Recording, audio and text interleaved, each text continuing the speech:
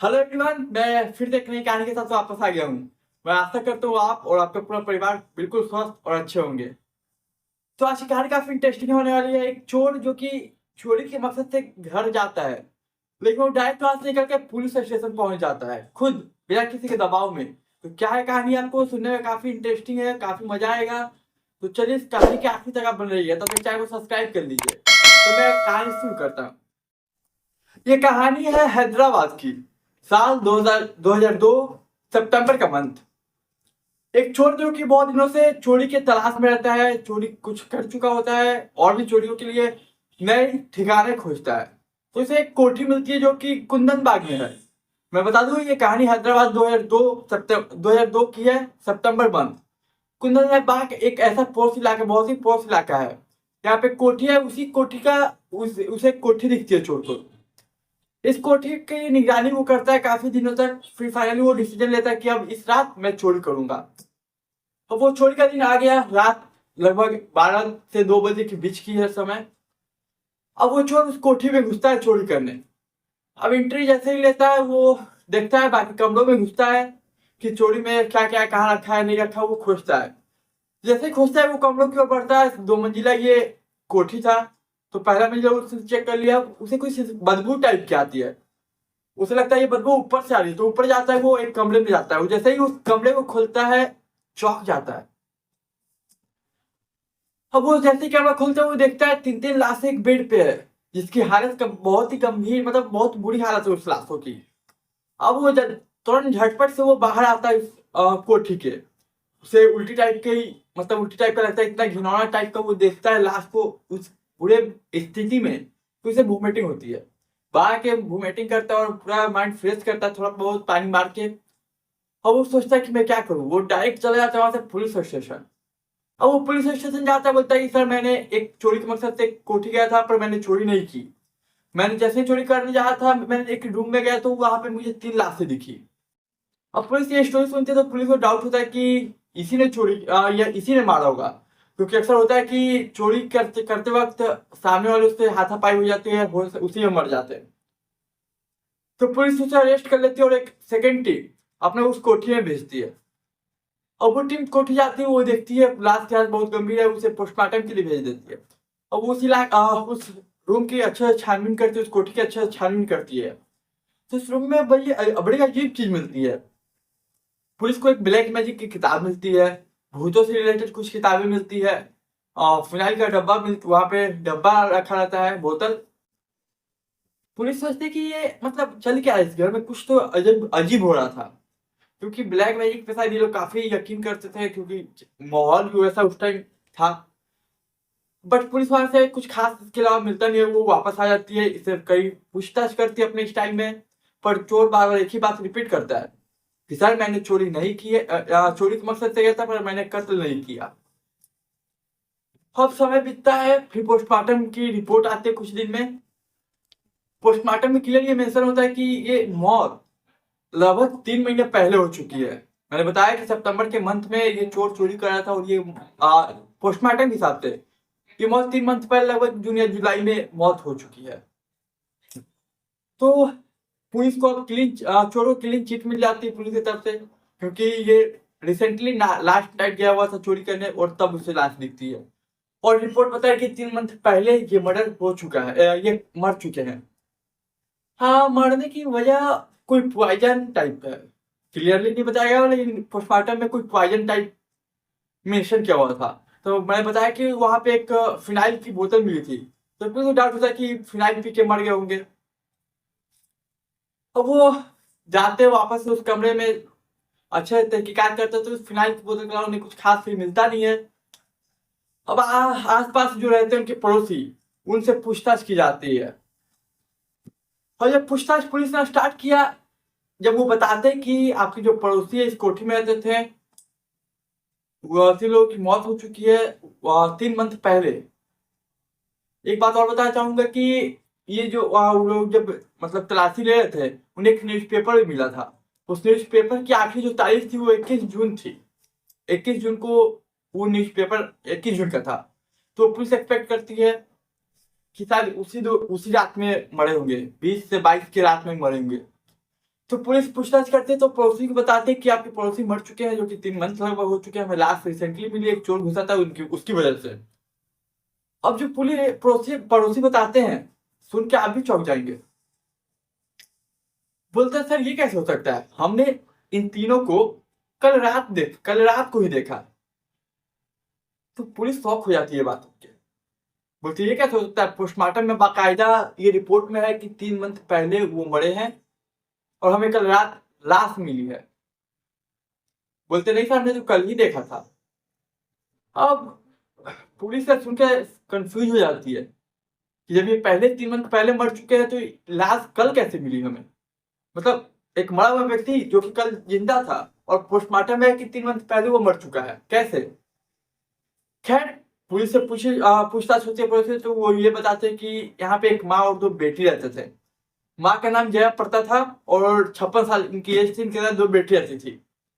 काफी अजीब अजीब बातें उन्होंने बताई अपने पड़ोसी के बारे में, इस कोठी में रहने वाले लोगों के बारे में, आगे मैं बताऊंगा।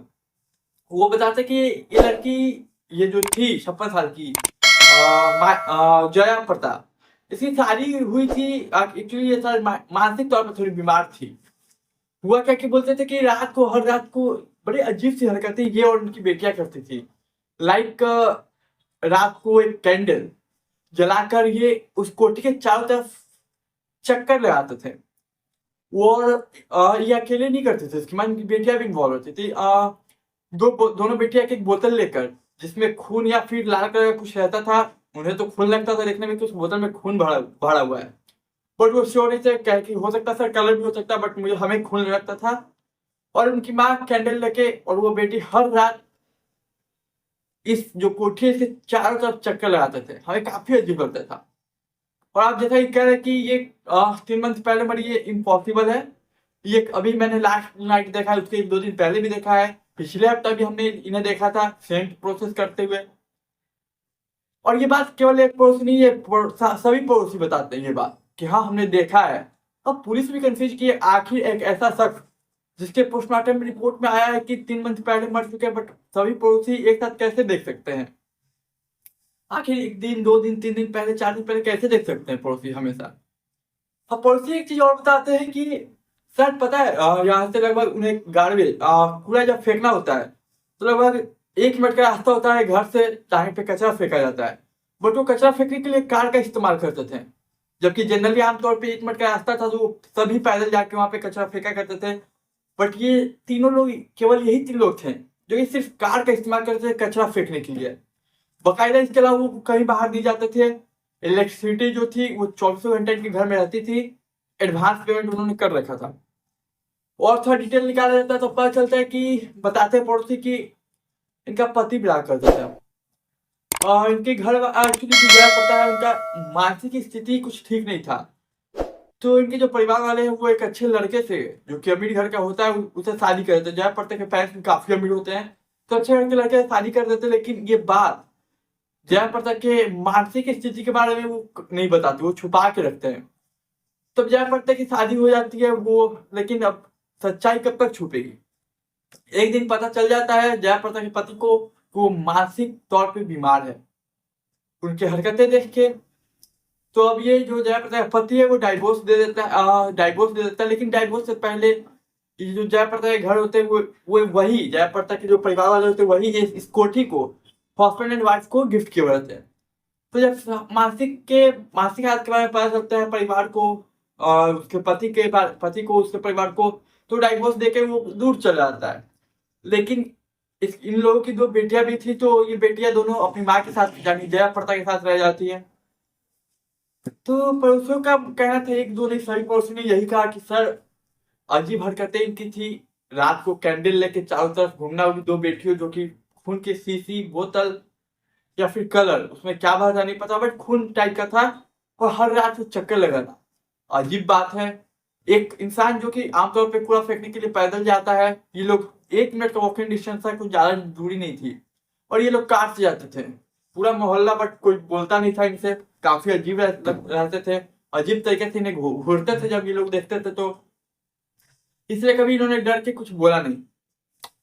अब पुलिस को अलग सदमा लगता है कि जो इंसान मर चुका है वो कैसे, आखिर कैसे कोई देख सकता है। खैर समय पे समय बीतता गया 2-3 मंथ पार हो चुके हैं। सितंबर से अक्टूबर नवंबर दिसंबर पार हो गए। इसी बीच काफी डॉक्टरों से बात की करते करते पुलिस की क्या मतलब क्या हो सकता है पॉसिबिलिटी। फॉरेंसिक जो रिपोर्ट आई थी पोस्टमार्टम की उसे भी दोबारा जांचने के लिए आदेश दिया जाता है। फिर भी कुछ नहीं आता नया, फिर वही मिलता है कि 3 मिनट पहले मरे मरे थे बॉडी मिलने के। अब जैसे ये बात आती है बाहर और लोग न्यूज अखबार वाले टीवी वाले सभी छापते हैं, तो वहां पे उस इलाके में जो भी कॉलेजेस थे थोड़े आसपास थोड़े दूर हॉस्टल थे, अब ये प्लेस हॉन्टेड हाउस के नाम से फेमस होने लगा। एक टूरिस्ट स्पॉट बन गया। बाहर बाहर के लोग आने लगे देखने के लिए टूरिस्ट स्पॉट के नाम पे। अब सिचुएशन आउट ऑफ कंट्रोल होती जाती थी क्योंकि वो हॉन्टेड हाउस डिक्लेयर कर दिया गया था अखबार के द्वारा, अखबारों में ऐसा दे दिया गया था, तो सभी ने पब्लिक ने हॉन्टेड हाउस डिक्लेयर कर दिया। दूर दूर से लोग आने लगे वहां पे। आसपास के बच्चे फ्राइडे और सैटरडे की नाइट आते थे और कुछ लोग साबित करते थे कि नहीं यहाँ पे हम भूत को नहीं मानते हैं। और ये लगभग 2016 की बात है जबकि ये टूरिस्ट वाला बात आगे बढ़ी, टूरिस्ट लोग आने लगे। 2016 की बात है।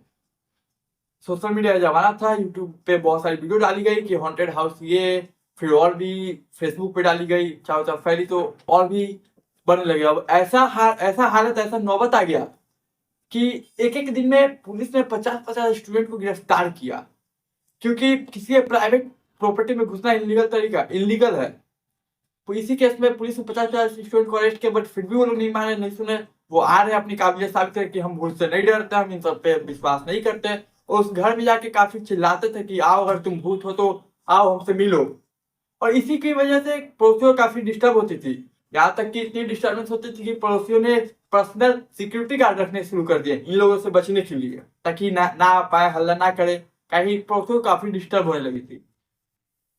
ये ऐसे ही चलता रहा। फाइनली कोर्ट का फैसला आया। पुलिस ने हर सवाल का जवाब दे दिया था। पुलिस की रिपोर्ट के मुताबिक मरने की वजह थी फिनाइल, वो फिनाइल पीकर मर गया, मतलब ये एक सुसाइड था। बट अभी भी एक सवाल का जवाब किसी ने नहीं दे पाया कि जब उसकी मौत 3 मंथ पहले हो चुकी थी तो 2 दिन 3 दिन 4 दिन 1 दिन पहले कैसे किसी ने देखा। इस सवाल का जवाब अभी तक किसी ने नहीं दे पाया। हमारी कहानी आज की यही थी। उम्मीद करता हूँ कि आपको पसंद आई होगी। मैं ऐसे ही इंटरेस्टिंग कहानियां लाता रहता हूँ जो कि सच्ची घटना पर आधारित होती है। मैं आशा करता हूँ आपको पसंद आई होगी।